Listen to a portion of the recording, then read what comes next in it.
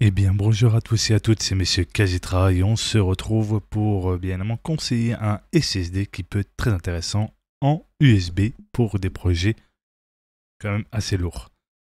Hop, je vous présente bien évidemment le SSD de chez Samsung qui est le T7 Shield 2 Tera pour seulement 193 € sur Amazon. Après, vous pouvez avoir bien évidemment le 1 Tera pour 123 et le 4 Tera 303. Tout dépend de votre besoin en termes de stockage. Il peut être très intéressant car il est bien, comme je dis, pour des montages, pour des vidéos avec bien évidemment de haute qualité.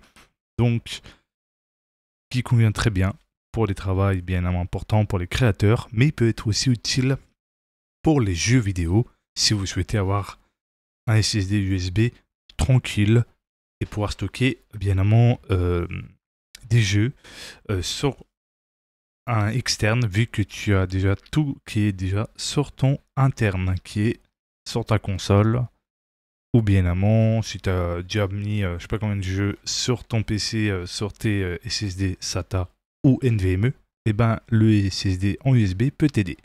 Sinon, tu peux aller directement chez la Fnac. Évidemment, les prix sont pas les mêmes. Ça dépend d'où tu vas acheter, bien évidemment.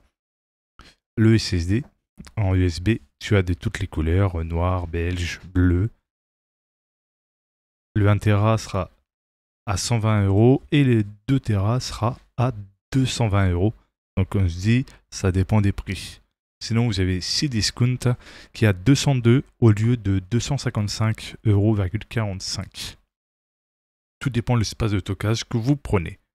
Sinon, vous avez LDLC qui est à 219 € pour évidemment le 2 Tera et 130 € pour un Tera et les 4 Tera dans les 379 €.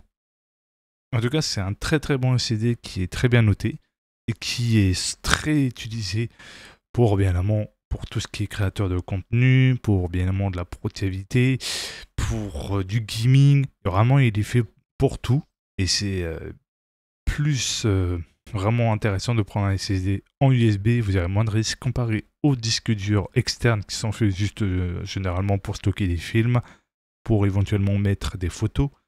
Voilà, des trucs qui prennent pas trop et qui chargent pas trop les disques durs externes. Donc le mieux, si vous voulez vraiment pas avoir de problème, un SSD en USB, si vous avez déjà toute la place prise dans vos SSD sur votre ordinateur, de prendre un SSD externe. Ou sinon, pour faire des vidéos, un SSD externe peut être très bien. Ou pour du gaming.